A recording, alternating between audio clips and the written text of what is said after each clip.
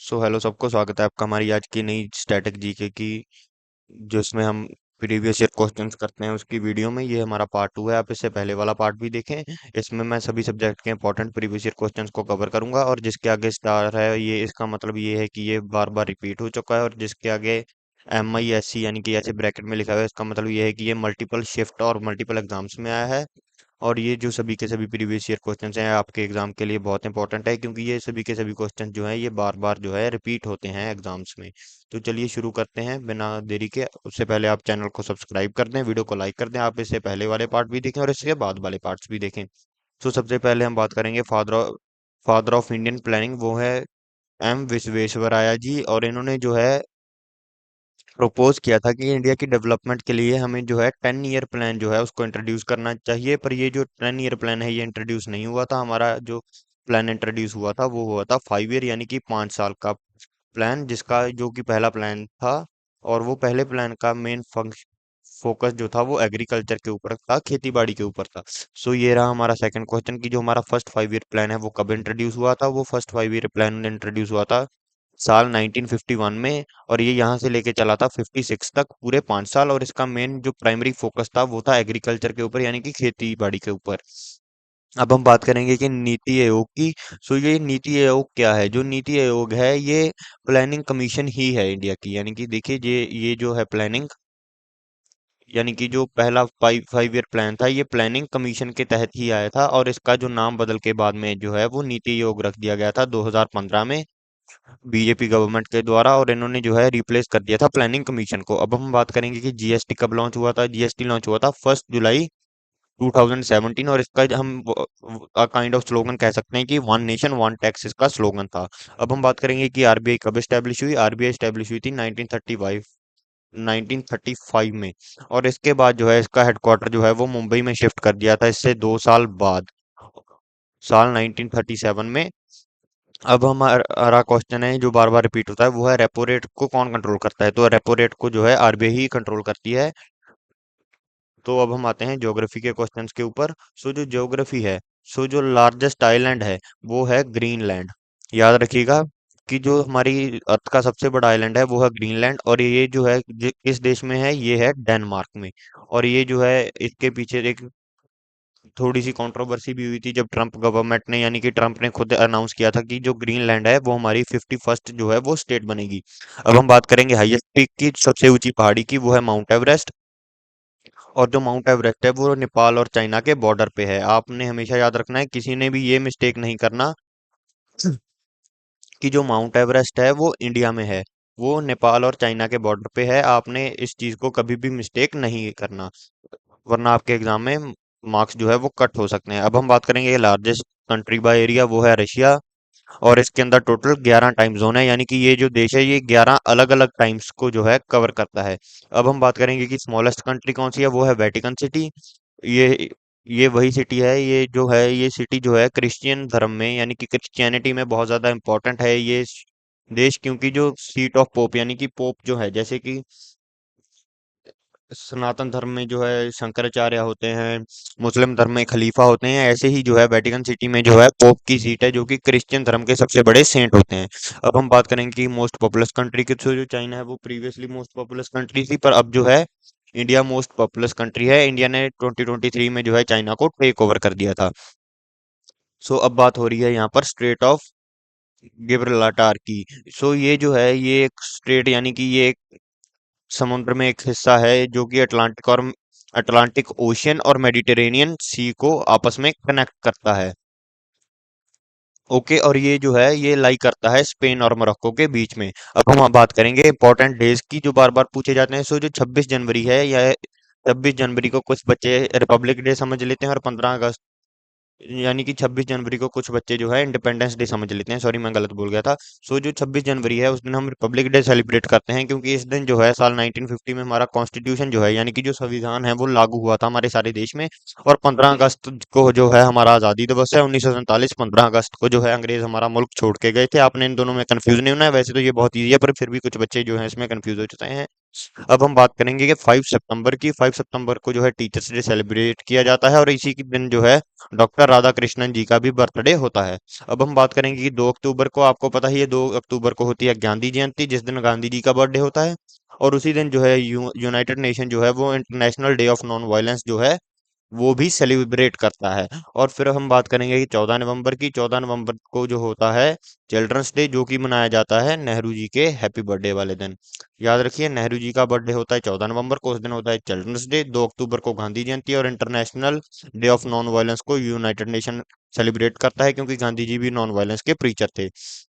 और teachers day वाले दिन होता है डॉक्टर राधाकृष्णन का बर्थडे 5 सितंबर को। वैसे तो आपको ये सभी डेट्स याद ही होनी चाहिए, पर कुछ बच्चों को ये 5 सितंबर वाली टीचर्स डे जो राधाकृष्णन जी का बर्थडे होता है ये याद नहीं होगा। आपने इसको रट्टा मार लेना है, इसको पूरा याद कर लेना है। और फिर आता है 1 जुलाई। 1 जुलाई को होते हैं दो इंपॉर्टेंट दिन, और ये बहुत बार बार पूछा जा चुका है, क्योंकि उसी दिन होता है सीए डे और doctors day. So that's it. अब हम बात करेंगे इंडियन आर्ट एंड कल्चर की।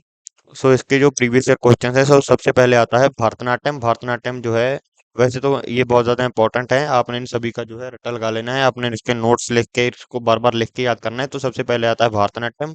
सो भरतनाट्यम बिलोंग करता है तमिलनाडु, तमिलनाडु स्टेट को। और जो कथक है वो मेनली नॉर्थ इंडिया में होता है, पर सबसे ज्यादा ये जो है फेमस जो है ये उत्तर प्रदेश में है।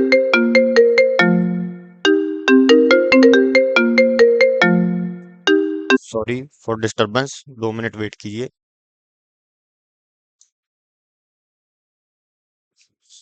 जी हाँ, अब हम बात करेंगे कि पंडित रविशंकर जो हैं, जो पंडित रविशंकर हैं ये जो है हमारे जो है देश के बहुत बड़े जो है सितार इंस्ट्रूमेंटलिस्ट थे। यानी कि पंडित रविशंकर जो हैं ये सितार बजाते थे। याद रखिएगा, पंडित रविशंकर जो है वो सितार बजाते थे। और हमारे आगे है कि खजुराहो टेम्पल जो है ये मध्य प्रदेश में जो है।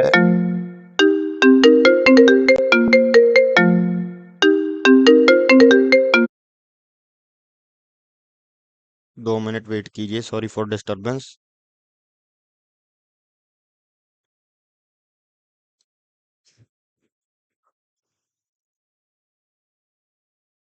हाँ जी, ये जो टेम्पल्स हैं ये मध्य प्रदेश में है, और इनको जो है चंडेला डायनेस्टी ने जो है वो बनवाया था, ये इंपॉर्टेंट है, याद रखिएगा। और आगे आता है सन टेम्पल। ये यूनेस्को वर्ल्ड हेरिटेज साइट भी है, जो 13th सेंचुरी में जो है उड़ीसा में बनी थी, और उड़ीसा में भी ये है कोणार्क में। अब हम अगर बात करें जलीकट्टू फेस्टिवल जो है ये तमिलनाडु में बनाया जाता है, और ये जो है बुल टेमिंग स्पोर्ट है। ये पार्ट जो है इंडियन आर्ट एंड कल्चर, ये बहुत ज्यादा पूछा जाता है और बहुत ज्यादा इंपॉर्टेंट है। इसके आगे मैं 2 स्टार्स मार्क कर रहा हूँ। आपने जो है इसको सेम टू सेम ऐसे ही जैसे मैंने नोट किया टॉपिक प्रीवियस ईयर क्वेश्चंस और नोट्स, ऐसे आपने लिख लेना है, मार्क कर लेना है, और अपनी नोटबुक में जो है ल- उतार लेना है। अब हम आएंगे साइंस और टेक के बारे में। बात करें तो हमारे स्टमक में कौन सा एसिड होता है? हमारे स्टमक में होता है हाइड्रोक्लोरिक एसिड, जिसकी जो है शॉर्ट फॉर्म है HCl। ये हमारी डाइजेशन में काम आता है। और फिर जो है लाइट ईयर, ये टर्म जो है ये डिस्टेंस मेजर करने के लिए स्पेस में काम आती है। और याद रखिए, ये सिर्फ जो है ये टाइम मेजर करने के लिए यूज नहीं होती, ये डिस्टेंस मेजर करने के लिए यूज होती है। अगर हम बात करें कि शॉर्टेस्ट बोन हमारे शरीर में कौन सी है, यानी कि सबसे छोटी हड्डी, वो है स्टेप्स, जो कि हमारे कानों में होती है, और ये हमारे मिडल ईयर में पाई जाती है। याद रखिए, शॉर्टेस्ट बोन जो है वो स्टेप्स है और हमारे कान में पाई जाती है। अब हम बात करेंगे कि न्यूटन के कौन से लॉस है। इसके न्यूटन जी के हैं जो 3 लॉ ऑफ मोशन है। अगर हम बात करें कि जो ह्यूमन ब्लड का पीएच लेवल है, ह्यूमन ब्लड का जो पीएच लेवल है वो है 7.4, और ये जो है स्लाइटली एल्कलाइन है। और जो वाटर होता है उसका पीएच लेवल कितना होता है, उसका पीएच लेवल होता है 7।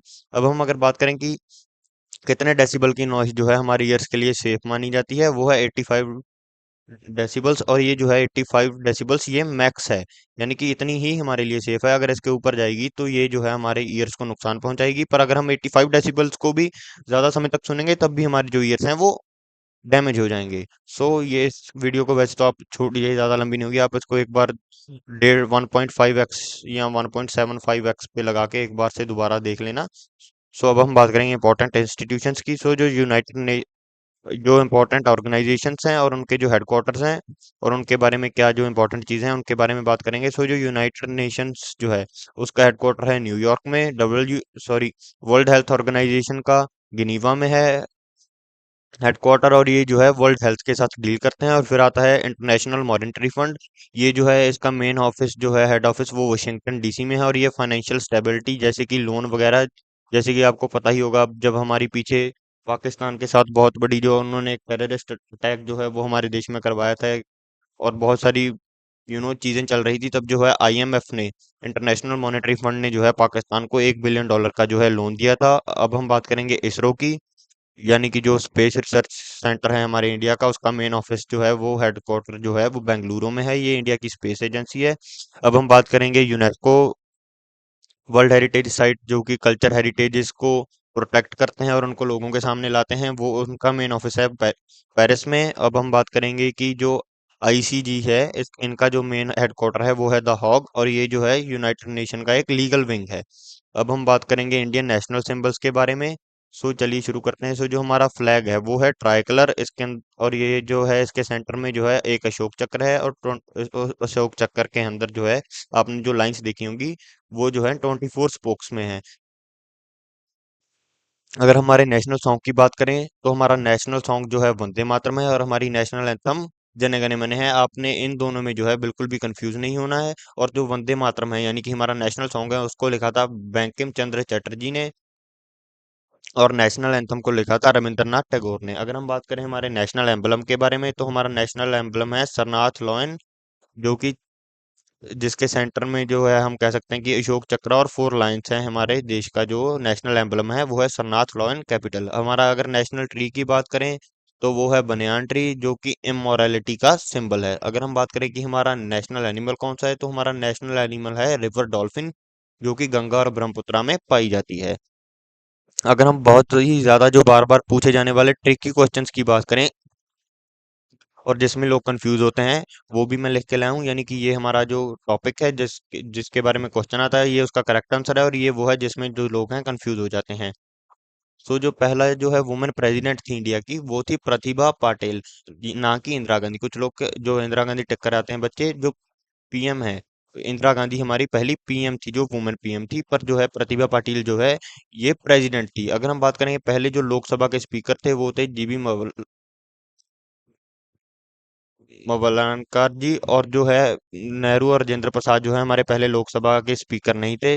जो नेहरू थे ये हमारे पहले पीएम थे, और राजेंद्र प्रसाद जो है वो हमारे पहले प्रेसिडेंट थे। सो अगर हम इंडिया के पहले वॉइस रॉय की बात करें, तो ये जो है पहले वॉइस रॉय, इसको जो है 1857 के रिपोर्ट के जो है बाद में अपॉइंट किया गया था, और पहले वॉइस रॉय थे लॉर्ड कैनिंग्स। अगर हम बात करें चिपकू मूवमेंट के जो लीडर थे, वो थे सुंदरलाल भगुना, जिन्होंने जो है पेड़ों को अपने साथ जो है हग करके जो है बचा लिया था कटने से। अगर हम बात करें भोपाल गैस ट्रेजेडी की, तो इसमें कौन सी गैस लीक हुई थी?